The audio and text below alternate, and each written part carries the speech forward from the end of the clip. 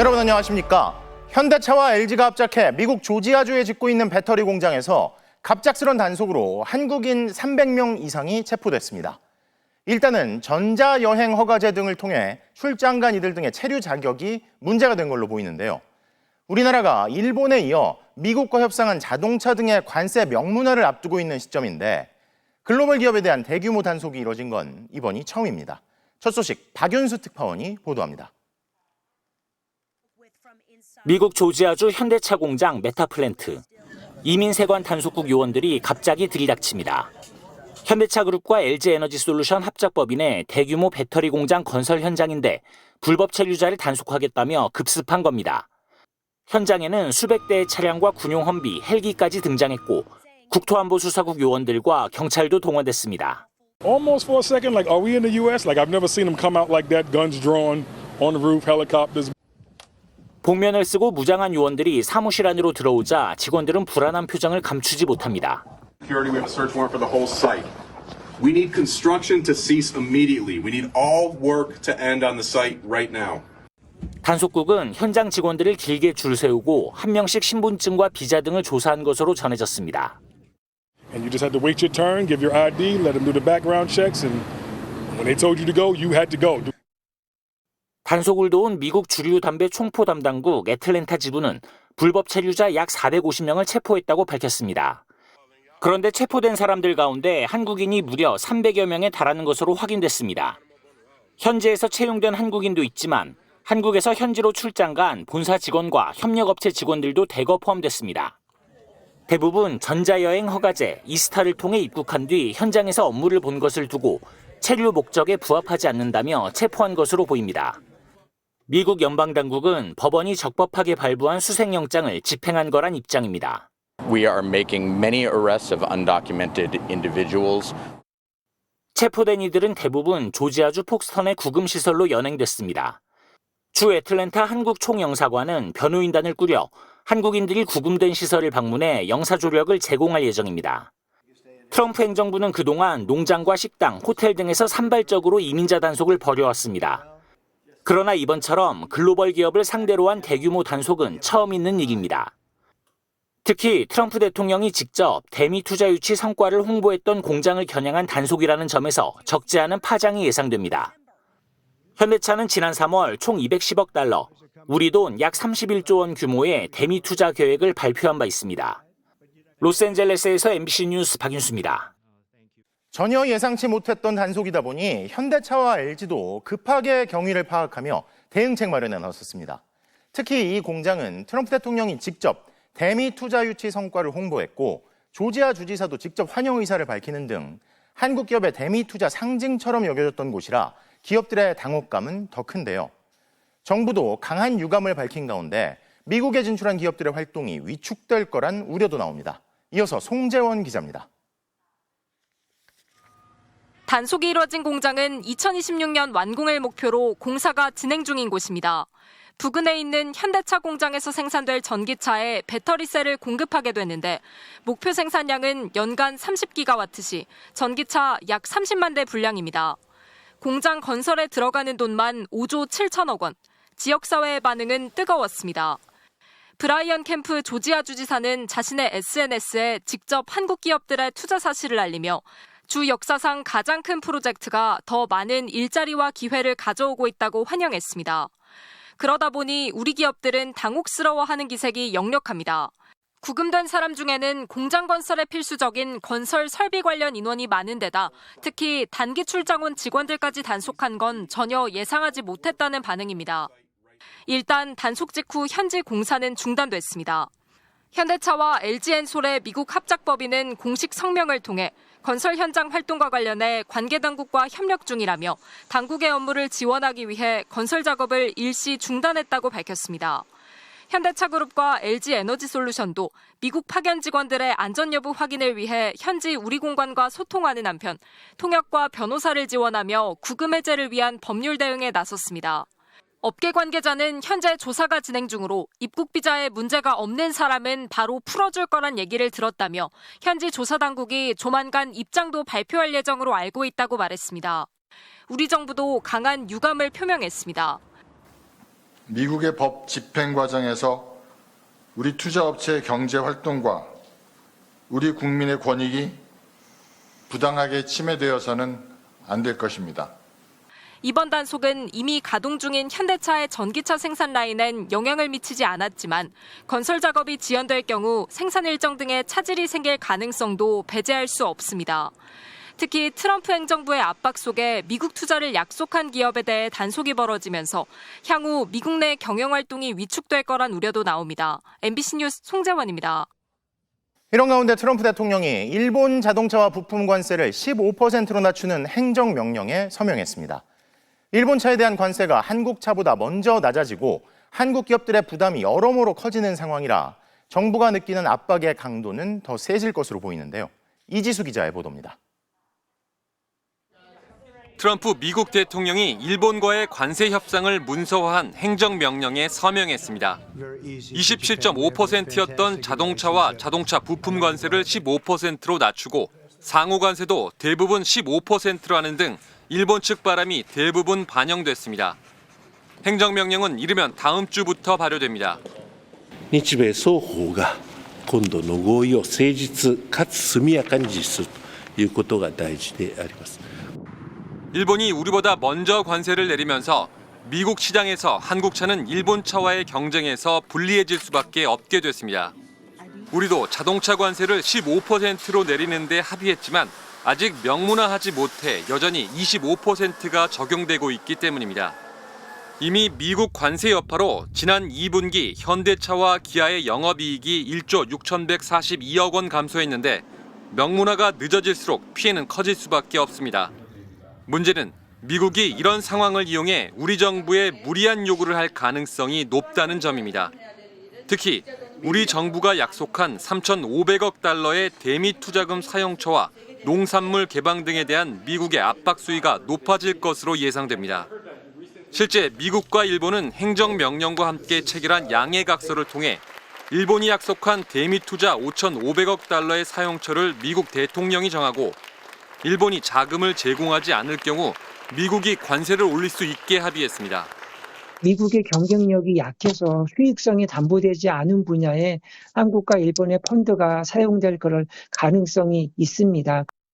조셉 윤 주한 미국 대사 대리도 오늘 한겨레와의 인터뷰에서 한미 협상이 끝날 때까지 자동차 관세는 유지될 것이라며 한국 정부를 향한 압박 강도를 높였습니다. 대통령실은 이에 대해 속도의 문제가 아니라며 한미 협상을 신중하게 진행하겠다는 뜻을 밝혔습니다. MBC 뉴스 이지수입니다. 다음 소식입니다. 지난 3월 법원의 구속 취소와 검찰의 즉시 항고 포기로 윤석열 전 대통령이 석방된 직후 대통령 경호처가 1분당 1,000발을 발사하는 자동 소총 구매 계획을 세웠다는 소식 어제 전해드렸는데요. 자, 그런데 이뿐만이 아니었습니다. 윤 전 대통령이 다시 돌아오자 경호처가 한남동 관저를 밖에서 촬영할 수 없도록 세금을 투입해 급하게 나무 수백 그루를 심으려 했던 사실이 추가로 확인됐습니다. 이기주 기자의 단독 보도입니다. 윤석열 전 대통령의 체포를 저지하기 위해 경호처가 차량을 동원해 이른바 한남산성을 쌓았던 지난 1월, MBC는 관저 내부 차량들의 긴박한 움직임을 촬영해 보도했습니다. 이 무렵 체포영장 집행을 앞두고 관저 내부를 살피는 윤 전 대통령의 모습이 한 신문에 실리기도 했습니다. 공무집행방해 교사에 해당한다는 분석도 있어 어떻게 보나요? 그건 우리 기자님의 생각이라고 생각합니다. 그런데 한 달여 뒤 윤 전 대통령이 돌연 석방되자 경호처는 한남동 관저가 완전히 가려지도록 관저 테두리에 나무를 심는 공사를 계획합니다. 윤 전 대통령 석방 사흘 만에 작성된 경호처의 관련 문건에는 MBC 등의 관저 촬영이 적시됐습니다. 경호처가 계획한 관저 공사 기간은 90일, 계획이 세워진 3월 중하순부터 6월 말까지 윤석열, 김건희 부부의 경호를 위해 관저에 빼곡하게 나무를 돌려 심는 계획을 준비한 겁니다. 당초 1억 원의 예산을 들여 높이 6에서 8m에 달하는 초대형 인조대나무 649그루를 심으려던 계획은 석방된 윤 전 대통령이 관저에서 지내는 시간이 길어지면서 편백나무 6그루와 소나무 2그루가 늘었고 관저 옥상에 초소를 새로 짓는 계획도 추가됐습니다. 예산도 2억 2,500만 원으로 당초 계획보다 2배 이상 뛰었습니다. 이 계획서의 결재자는 김성훈 차장, 윤석열, 김건희 부부의 최측근이자 당시 경호처의 최고 실세였습니다. 윤석열에 대한 과잉 충성이라고 생각합니다. 그토록 위험한 상황이었다면 한남동 관저를 옮기지 말았어야 했고 설령 옮겼다 하더라도 그에 대한 조치는 초기에 했어야죠. 경호처는 이에 대한 MBC의 질의에 당시 나무 구매를 위한 계획만 세웠고 실행하지는 않았다고 답했습니다.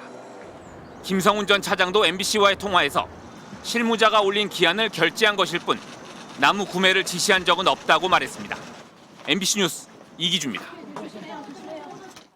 윤석열 전 대통령 부부가 해군 함정으로 지인들을 불러 노래방 기계를 설치하고 폭주까지 터뜨리며 술판을 벌였다는 의혹과 관련해 특검이 대통령 경호처를 압수수색했습니다.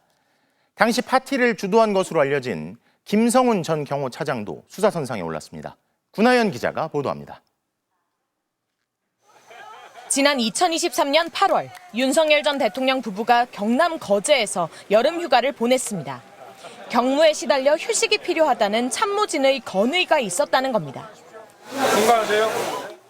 그런데 이 기간 해군 함정 위에서 술 파티를 가졌다는 의혹이 내란 사태가 터진 이후 폭로됐습니다. 노래방 기계까지 빌려다가 군 함정에서 술 파티를 벌였다고 하고 지인들 보라고 과거대교에서 폭죽놀이까지 했다고.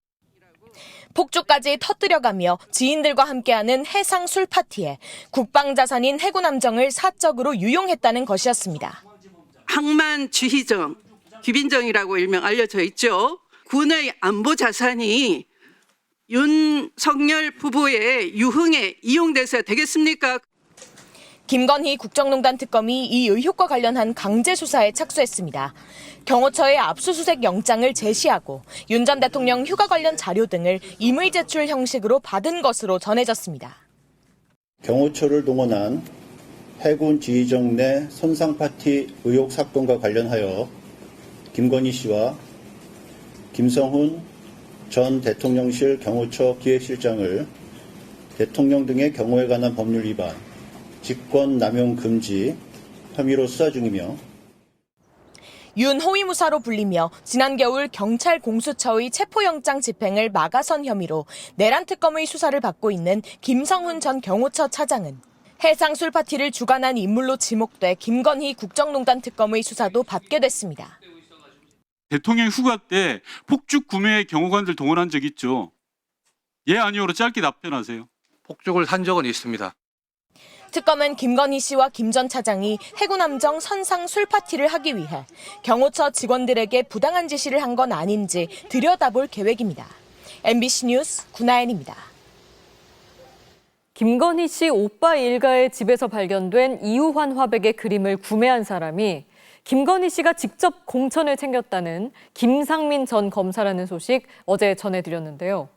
이에 대해 김 전 검사는 김건희 씨 오빠를 대신해 그림을 산 거란 입장인 걸로 전해지는데 특검이 이 주장을 검증하기 위해 중간 유통 과정의 미술상들을 조사하고 있습니다. 구민지 기자가 보도합니다. 김건희 국정농단 특검이 오늘 미술상 이모 씨의 핸드폰에 대한 포렌식 작업을 진행했습니다.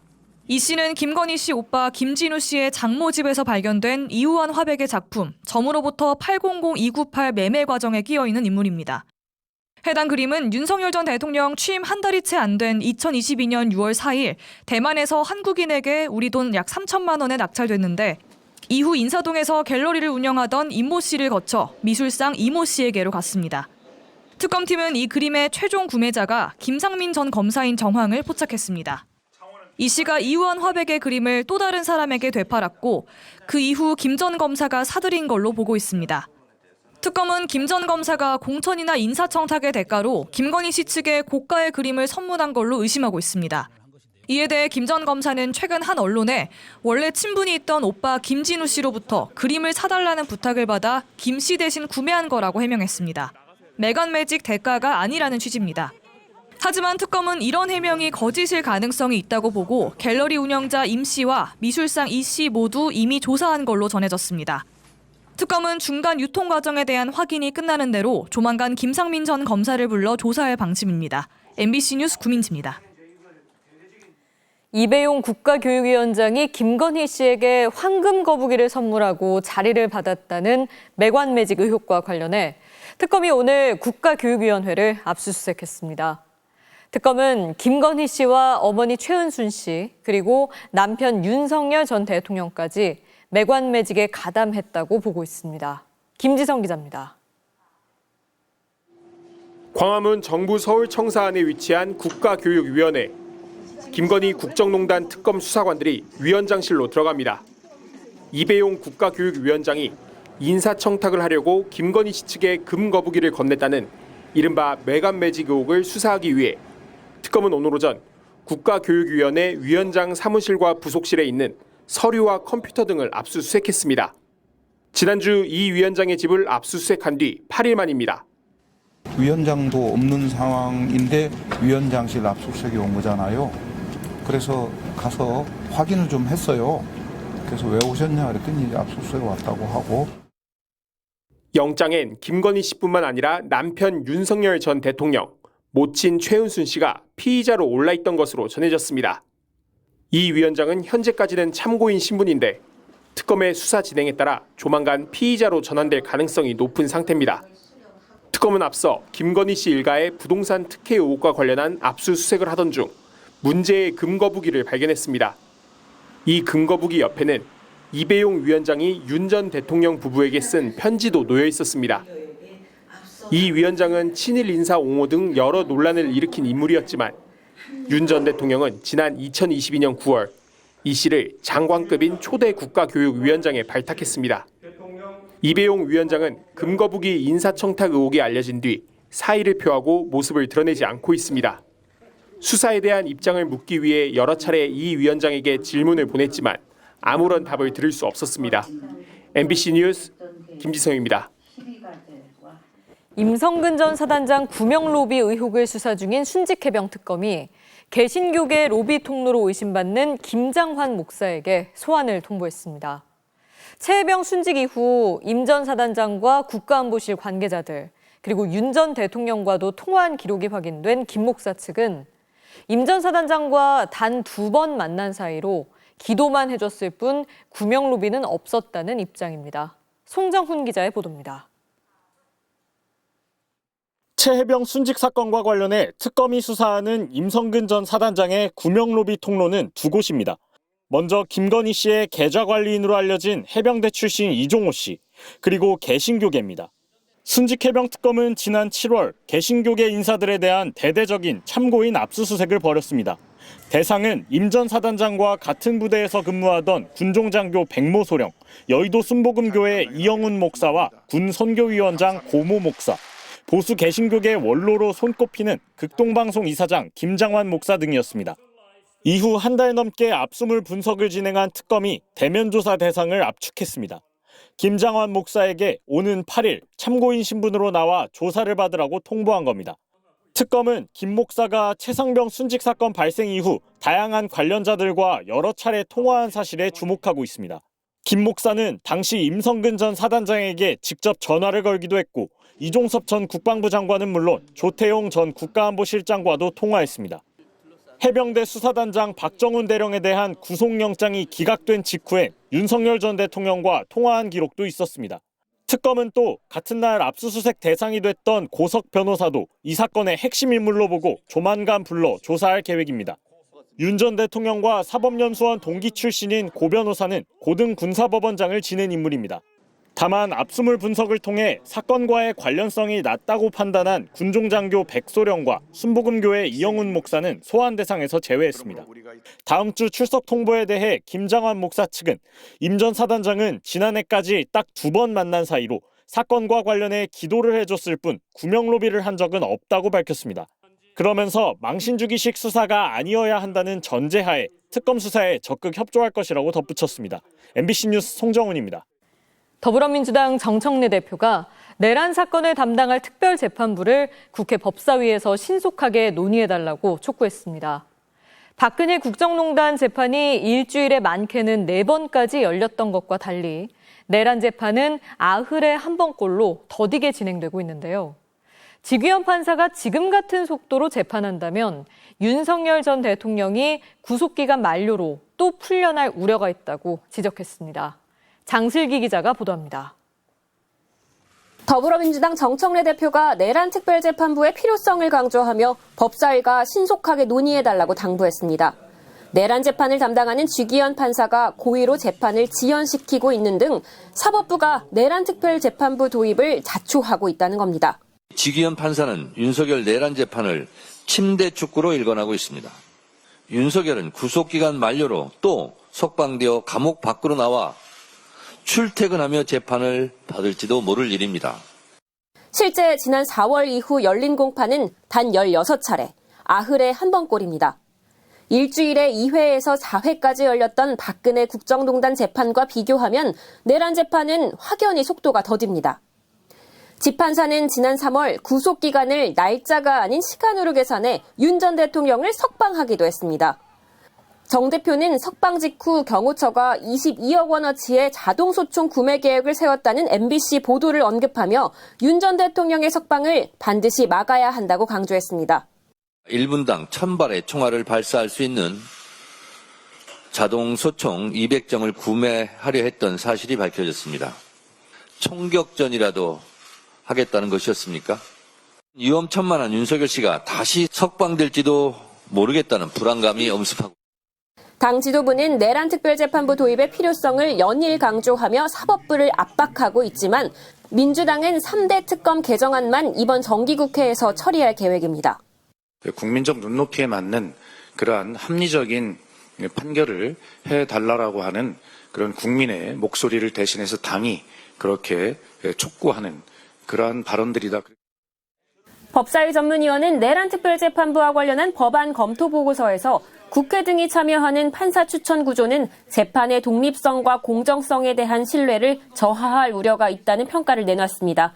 MBC 뉴스 장슬기입니다. 다음 소식 전해드리겠습니다. 한미 극우 세력의 연대 움직임이 계속되는 가운데 미국 극우 인사들이 다시 한번 우리나라를 찾았습니다. 국내 한 단체가 이들을 초청해 대규모 행사를 열었는데 트럼프 대통령이 한미 정상회담 직전 언급했던 한국 정부가 교회를 탄압하고 있다는 주장이 여기서 또 나왔습니다. 배주환 기자입니다. 아침부터 행사장에 들어가려는 줄이 길게 늘어섰습니다. 청년들이 다수지만 학교에 가는 평일인데도 10대 청소년의 초등학생까지 곳곳에 눈에 띕니다. 평일인데 시간이 남나 봐요. 자유민주주의와 기독교 가치를 회복해 한국을 다시 위대하게 하겠다. 이른바 한국판 마가를 꿈꾸며 3년째 열린 빌드업 코리아라는 행사입니다. 저희 교회가 약간 그런 쪽에 관심이 좀 많잖아요. 교회 것도 말고. 연단을 채운 건 바로 미국에서 넘어온 극우 인사였습니다. 미국 젊은 층에서 영향력 있는 활동가이자 트럼프 대통령 당선에 공헌했다고 평가받는 찰리 커크. Let me just say it is very wrong what is happening to pastors in this country, and the U.S. government is taking notice. 과거 그는 대학 캠퍼스는 좌파 이념 확산의 공장, 2020년 미국 대선은 도둑 맞았다고 말하는 등 각종 음모론을 퍼뜨리기도 했습니다. 이번엔 한국 정부의 교회 탄압 프레임을 씌운 건데 그는 지난달 트럼프 대통령이 정상회담 직전 한국 정부가 교회를 잔인하게 단속했다고 말한 것에 배후로도 꼽힙니다. 실제로 찰리 커크의 멘토로 불리며 오늘 행사에도 참석한 람 맥코이 목사는 며칠 전 이를 공개적으로 언급하기도 했습니다. President Trump said, I hear you're raiding churches because Charlie Kirk was informed about Pastor Sohn's church being raided and he told the president. 하지만 행사를 마친 찰리 커크는 MBC 취재진과 만나 트럼프 대통령에게 해당 내용을 전한 것을 부인했습니다. Did you tell Donald Trump about the Korean church raid? I haven't spoken to him yet. But Petrov said you told him about it last. Oh, I don't know about that. 그러나 찰리 커크는 내일도 이어지는 행사에서 한국의 기독교 탄압 주장에 대해 더 자세히 얘기하겠다고 예고했습니다. 내일 행사에는 또 신나치 백인 우월주의 대표주자인 잭 포소비액과 트럼프 캠프 핵심 인사인 알렉스 브루세위츠도 연단에 오를 예정입니다. MBC 뉴스 배주환입니다.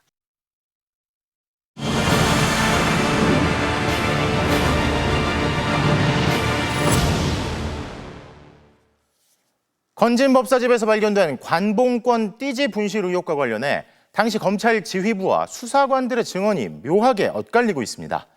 오늘 국회 청문회에 출석한 당시 서울 남부지검 지휘부는 증거인멸 지시를 한 적이 없고 수사관의 실수라고 주장한 반면 수사관들은 검찰 보고서에 나와 있는 것과 달리 띠지 등을 훼손하지 말라는 말을 저희는 들은 적이 없다거나 기억이 나지 않는다고 말했는데요.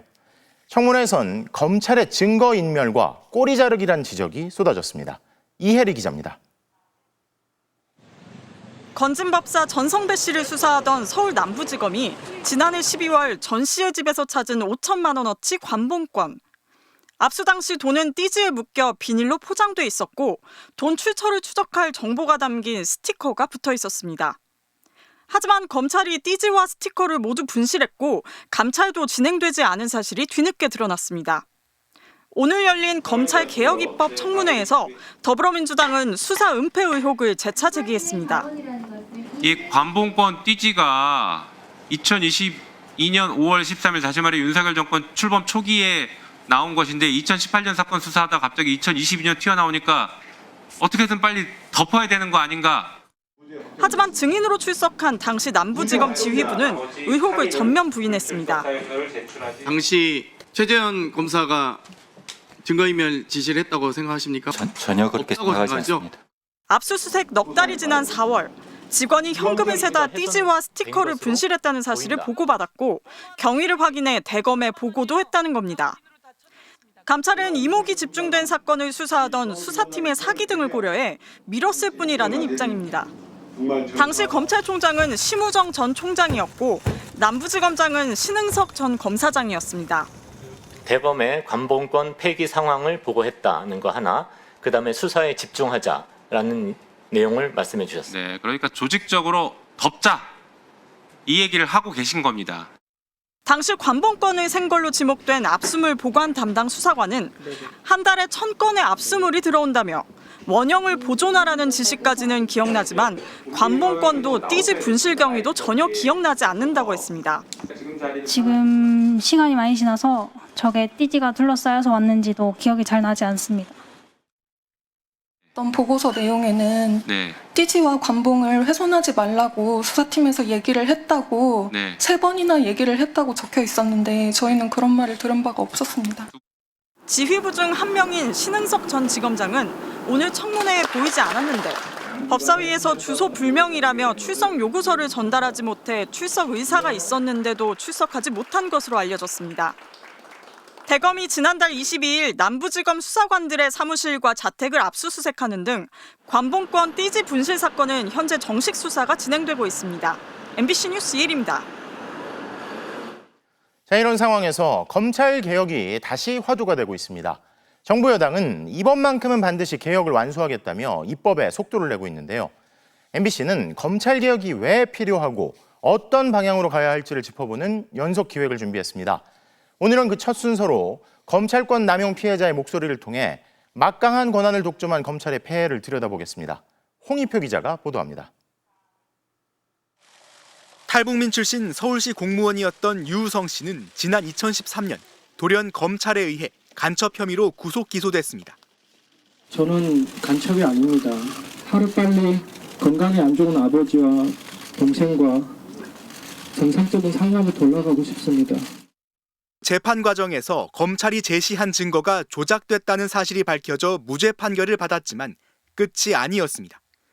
검찰이 과거 자신들이 기소 유예했던 사건으로 다시 재판에 넘기며 사실상 보복에 나선 겁니다. 검찰의 잘못을 정연하게 이렇게 드러난 사건이 없었기 때문에 마음만 먹으면 한 사람 무너뜨린 거는 정말 순간이거든요. 결국 대법원까지 가서 내려진 결론은 검찰의 공소권 남용. 검찰이 유 씨에 대해 의도를 갖고 자의적으로 공소권을 행사했다는 거였습니다. 끝내 누명을 벗었지만 7년 넘게 이어진 수사와 재판 속에 유 씨의 삶은 완전히 무너져 내렸습니다.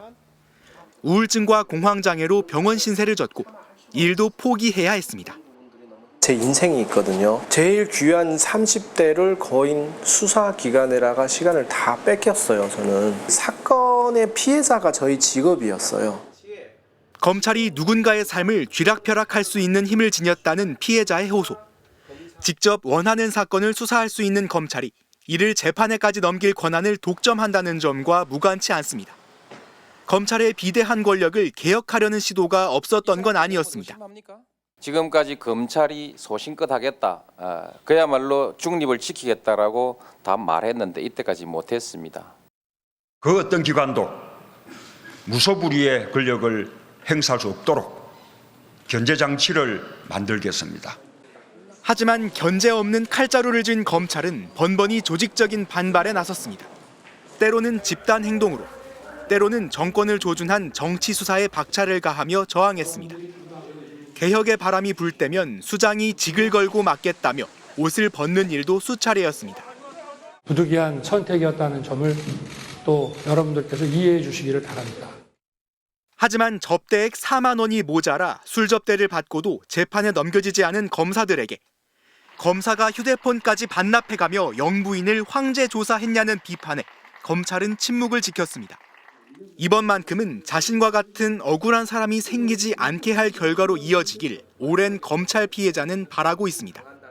더 이상 피해가 일어나지 않고 서울시 공무원 간첩 조작 사건이 마지막 조작 사건이었으면 좋겠습니다. MBC 뉴스 송희표입니다. 검찰개혁의 핵심은 수사권과 기소권의 분리입니다. 수사하는 권한과 재판에 넘기는 권한을 분리해 한 기관이 권한을 남용하지 않고 서로 견제하도록 하겠다는 겁니다. 하지만 검찰개혁에 반대하는 이들은 이렇게 되면 공백이 생겨 사법 후진국이 될 거라고도 주장하는데요. 맞는 얘기인지 오랜 세월 수사와 기소를 분리해온 외국의 사례를 통해 확인해봤습니다. 손구민 기자입니다.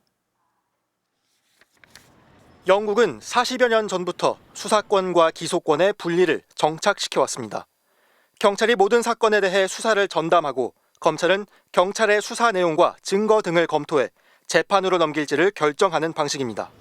검찰이 기소 여부를 판단한 사건들 가운데 영국의 기소율은 60%대로 50%대인 한국과 큰 차이가 없습니다.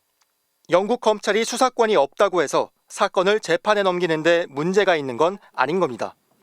영국처럼 수사와 기소를 분리한 국가는 여러 곳입니다.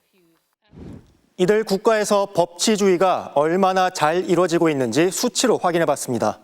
유엔과 세계은행 등에서 후원하는 국제조사기관 월드 저스티스 프로젝트가 44개의 세부 항목을 토대로 각 나라마다 평가를 했는데요.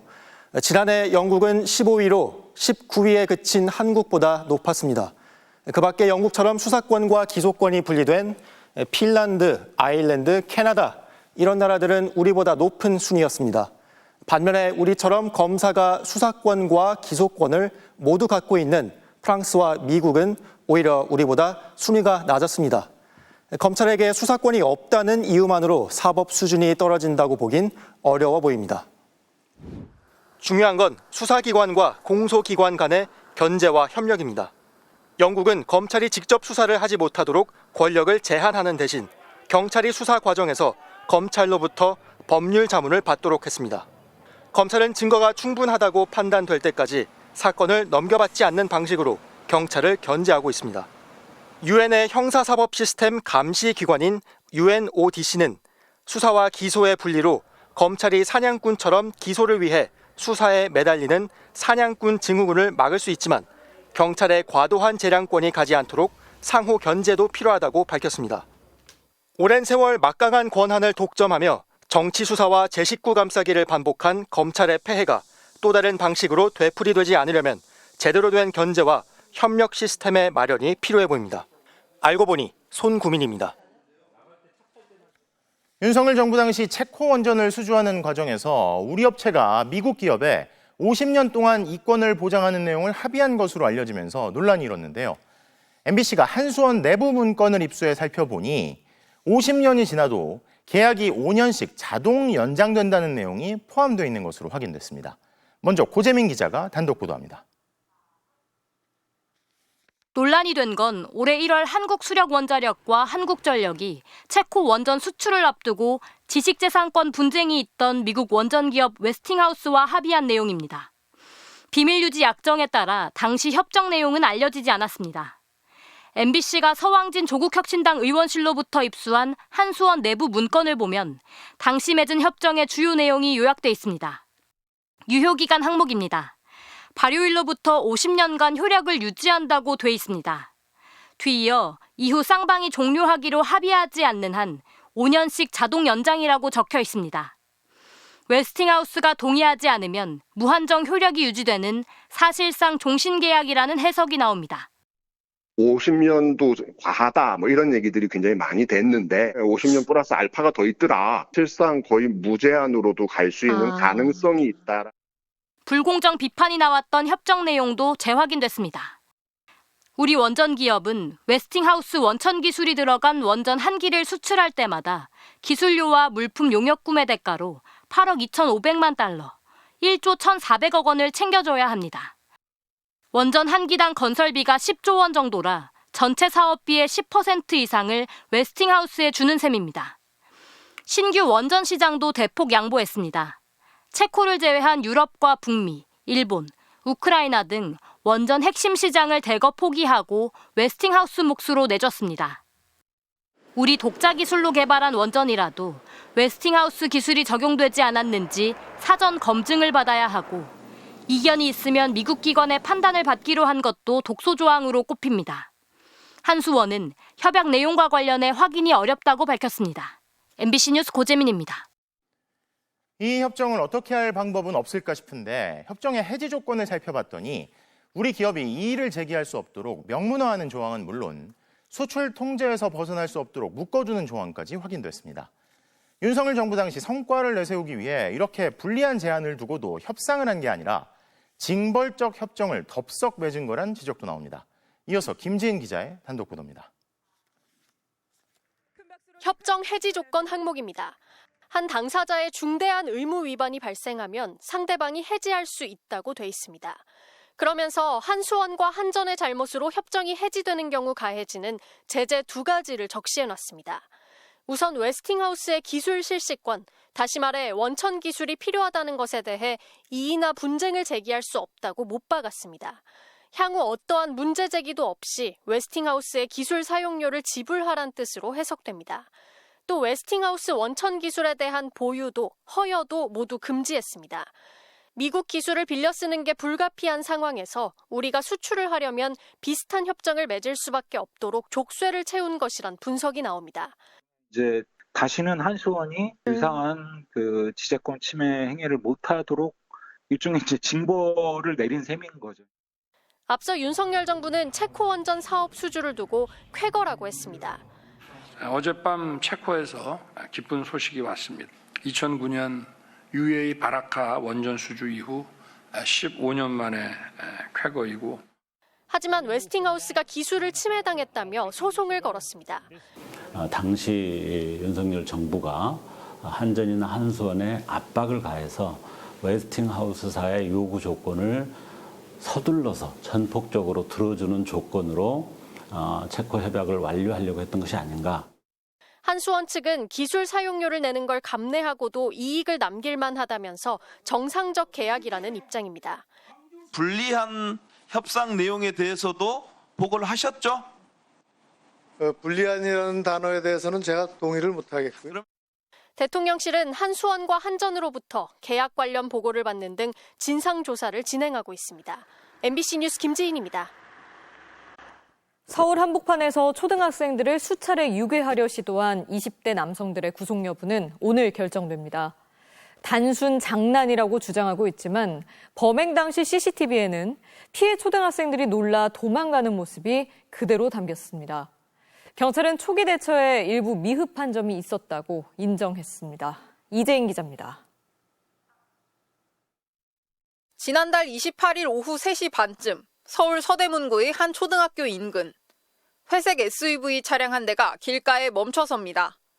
잠시 뒤 차량 옆을 지나던 초등학생 2명이 갑자기 도망치기 시작합니다. 남성들은 차를 멈춰 세운 뒤 이렇게 창문 너머로 아이들에게 말을 걸었습니다. 집에 데려다 줄게 라며 접근한 겁니다. 피해 아동은 4명, 모두 초등학교 저학년이었습니다. 범행은 3차례 이어졌지만 모두 미수에 그쳤습니다. 아이들에게 접근한 일당 3명은 대학생 등 20대 초반으로 중학생부터 친구 사이였습니다. 일부 피의자는 전과도 있었지만 성범죄 전과는 아닌 것으로 파악됐습니다. 경찰은 범행 차량 추적을 통해 다음 날인 9월 3일 피의자 3명을 모두 긴급 체포했습니다. 경찰은 초기 수사에 일부 대처가 미흡한 건 인정했습니다. 범행 차량은 흰색 승합차라는 최초 신고자의 말에 따라 흰색 차량 위주로 쫓는 바람에 다른 차량으로 범행했을 가능성을 간과한 겁니다. 경찰은 2차 신고 이후에야 회색 SUV를 추적하면서 범행 장소 인근 CCTV를 다각도로 확인하기 시작했습니다. 최초 신고된 피해 아동 옆에 범행 차량이 4초 정도 멈춰서 있던 모습도 뒤늦게 확보했습니다. 범행에 적극 가담한 피의자 2명에 대한 구속영장 심사는 오늘 열렸습니다. 이들은 아이들이 놀라는 것에 재미삼아 했다면서 차에 태울 의도는 없었다고 경찰에 진술한 것으로 파악됐습니다. 유기할 의도 있었습니까? 왜 3번이나 범행 반복했습니까? 학부모들 불안감은 큽니다. 좀 더 조심하게 되는 것 같고 또 서울 한복판에서 이러니까 많이 불안해지는 것 같아요. 서울시 교육청은 저학년 학생들은 등하교 시 보호자가 동행하도록 해달라면서 일선 학교에는 주변 순찰 강화를 주문했습니다. MBC 뉴스 이재인입니다. 어제 열린 북중 정상회담에서 김정은 위원장과 시진핑 주석은 양국 관계가 돈독하다는 것을 강조하는 모습이었습니다. 국제 정세가 어떻게 변하든 관계를 공고히 유지한다는 데 뜻을 모았는데요. 회담 직후 베이징을 떠난 김 위원장은 오늘 평양에 도착할 것으로 보입니다. 베이징 이필희 특파원의 보도입니다. 시진핑 주석은 김 위원장을 만나 매우 기쁘다는 말로 인민대회당에서의 회담을 시작했습니다. 很高兴啊，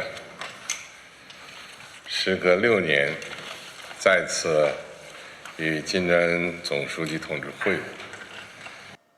미소 띤 얼굴로 시 주석의 말을 듣던 김 위원장은 두 나라의 관계는 세월이 흘러도 변하지 않는다고 말했습니다. 세상이 변해도 조중 양국 인민의 그 친선의 정은 변하지 않는다는 것을 깊이 느끼게 됐습니다. 시진핑 주석은 북한과 중국이 국제 문제에서 전략적 협력을 강화하고 공동 이익을 수호할 것이라고 말했습니다. 중국 주도의 새로운 질서에 북한과 함께할 것임을 명확히 말한 것입니다. 中方愿同朝方加强战略沟通，密切交往合作，共同促进地区和平稳定和发展繁荣。 이에 화답하듯 김 위원장은 대만 등 중국의 핵심 이익과 관련된 사안에서 확고하게 중국의 입장을 지지할 것이라고 했습니다.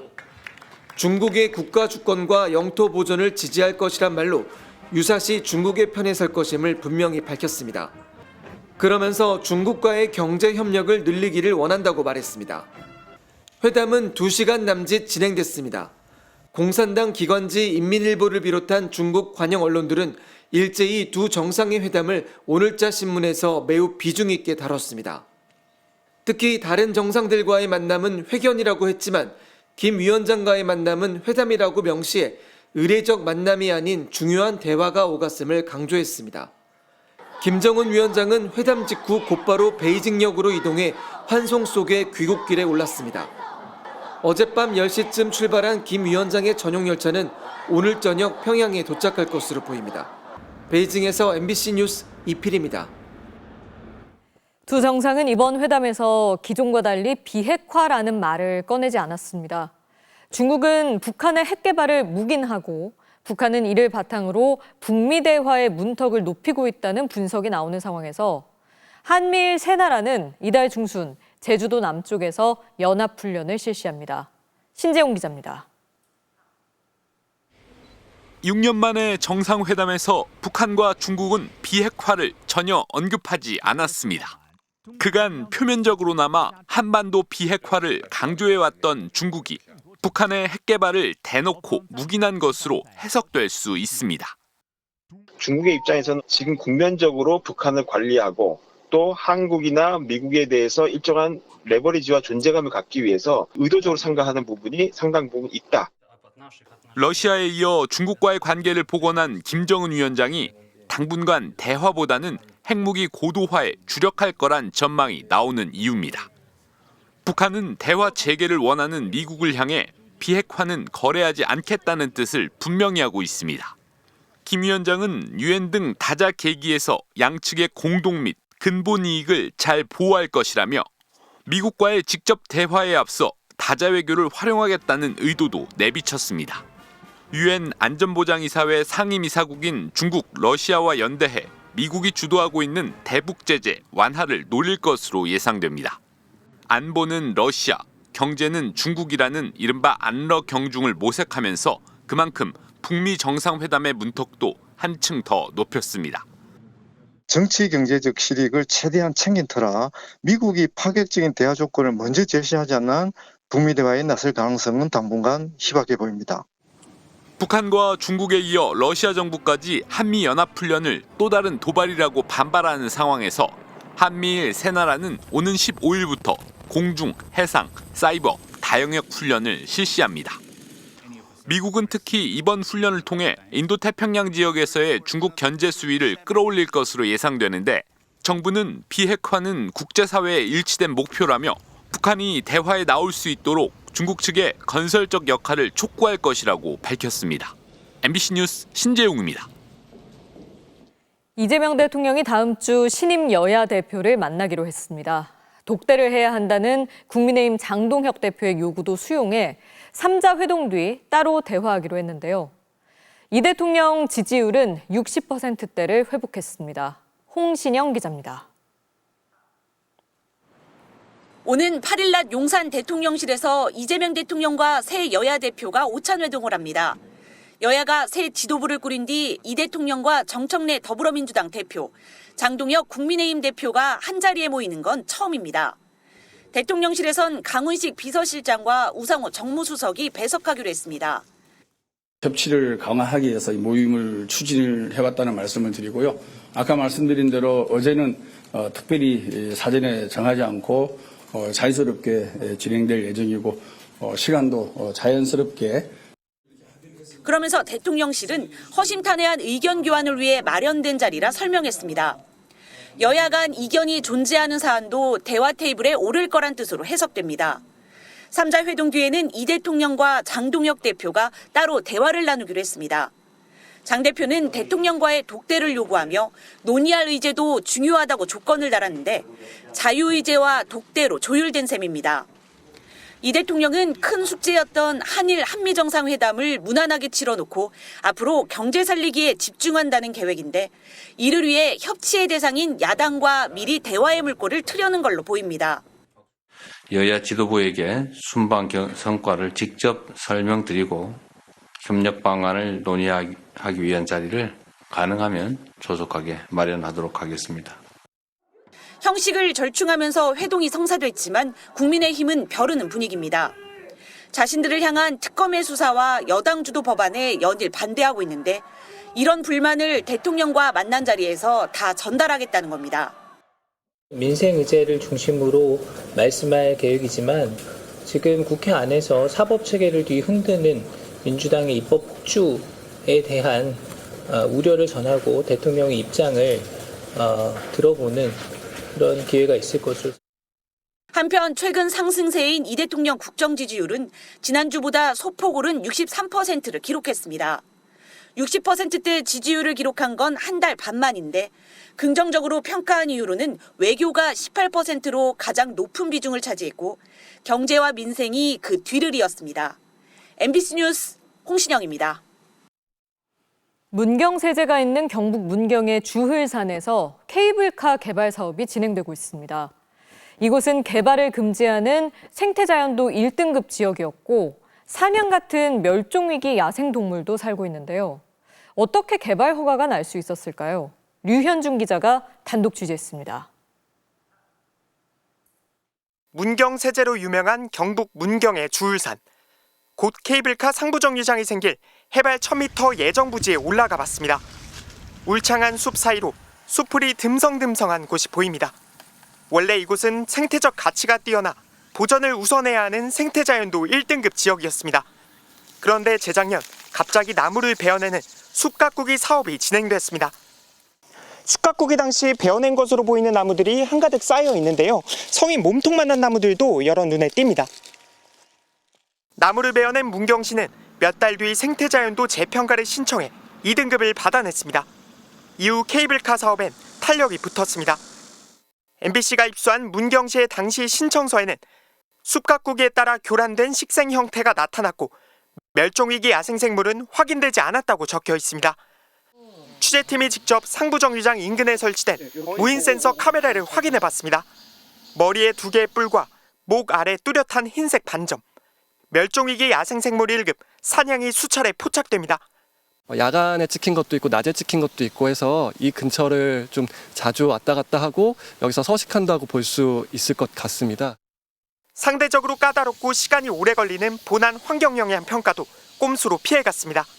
문경세제 개발 사업을 케이블카, 하늘길, 리조트 건설 등으로 쪼개 간소화된 소규모 환경영향 평가만 받은 겁니다. 소규모 환경영향 평가로 약식으로 진행을 해서 통과가 된 사업입니다. 시민들의 어떤 동의 절차라든지 시민의 의견을 수렴하는 과정 없이 신영국 문경시장은 대구지방환경청장을 지낸 환경부 고위직 출신으로 이 분야 전문가입니다. 편하기 위해서 환경영향평가를 피하기 위해서 했다고 해도 좋습니다. 그런데 그것이 불법인가요? 환경단체들은 지금이라도 정확하고 제대로 된 환경영향평가가 이루어져야 한다며 환경부의 재심의를 요구하고 있습니다. MBC 뉴스 류현주입니다.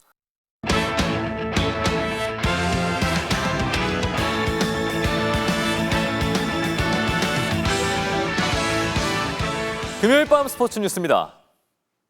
축구대표팀이 미국 원정 2연전을 앞두고 본격적인 경쟁 체제에 돌입했습니다. 분데스리가 진출이 좌절된 오현규 선수는 진가를 보여주겠다며 도끼를 품고 있다는데요. 뉴욕에서 김수근 기자가 전합니다. 발목을 접질렀던 이강인이 돌아오면서 처음으로 26명 완전체가 된 대표팀. 주장 손흥민은 월드컵이 1년도 채 남지 않았다며 선수들을 다잡았습니다. 소집 한 번 한 번이 어찌 보면 금 같은 시간이다라고 생각을 하고 이제 월드컵에서도 이 이름으로 역사를 한번 써보자. 특히 독일 슈투트가르트 이적이 무산돼 뒤늦게 합류한 오현규의 각오는 남달랐습니다. 인생이 조금 항상 좋은 일만 있으면 좀 재미없잖아요. 실패도 맛보고 해야 더 강해지고 더 단단해지는 또 그런 시간이라고 생각하기 때문에. 일각에서 이적 불발 사유로 거론된 무릎 부상 이력에 대해서도 직접 입을 열었습니다. 고등학교 이후로 단 한 번도 이 무릎으로 인해 제가 뭐 쉬거나 뭐 아파서 그런 적이 단 한 번도 없었거든요. 그리고 제가 프로에 와서도 잘 활약을 했고. 카타르 월드컵에선 예비 선수로 참가해 등번호도 받지 못하는 서름을 겪었지만 북중미 월드컵 3차 예선에서 4골을 터뜨리며 이젠 홍명보호 해결사로 거듭났습니다. 미국 무대에서 원톱으로 변신한 손흥민까지 잠재적 경쟁 대상으로 떠오른 상황에서도 강한 자신감을 보이고 있습니다. 전 세계적으로 저를 이제 좀 본다고 생각하기 때문에 저 자신에 대한 도끼, 제가 더 강해져야 하고 경기장에서 제 가치를 증명하는 것, 그것뿐인 것 같습니다. 3년 전 대표팀에서 월드컵을 바라보기만 했던 오현규는 이제 주전 공격수 후보로 성장했습니다. 미국, 멕시코와 이번 2연전에서 달라진 자신의 모습을 보여줄 일만 남았습니다. 뉴욕에서 MBC 뉴스 김수근입니다.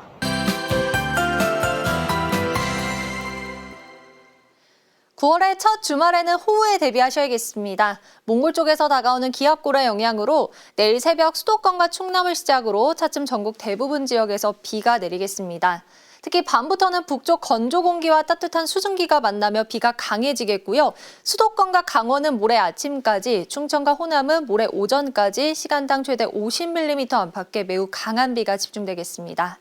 내일과 모레 사이 경기 남동부와 충남, 전북 지역에 최대 100mm 이상, 서울에도 30에서 80mm가량의 비가 내리겠고요.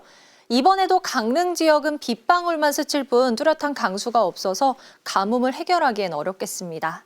서울 서부를 비롯한 중부 곳곳으로도 폭염주의보가 확대됐습니다. 내일 한낮에 서울의 기온이 30도, 강릉 33도, 대구 34도까지 오르면서 늦더위가 계속되겠습니다. 내일 비가 내리면서 벼락이 치고 돌풍이 부는 곳이 있겠습니다.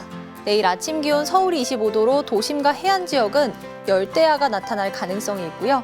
한낮 기온은 서울이 30도, 광주 32도까지 오르겠습니다. 남부와 제주 지역은 다음 주 초까지 비가 오락가락 이어질 전망입니다. 날씨였습니다. 금요일 뉴스데스크 오늘 순서 여기까지입니다. 시청해주신 여러분 고맙습니다.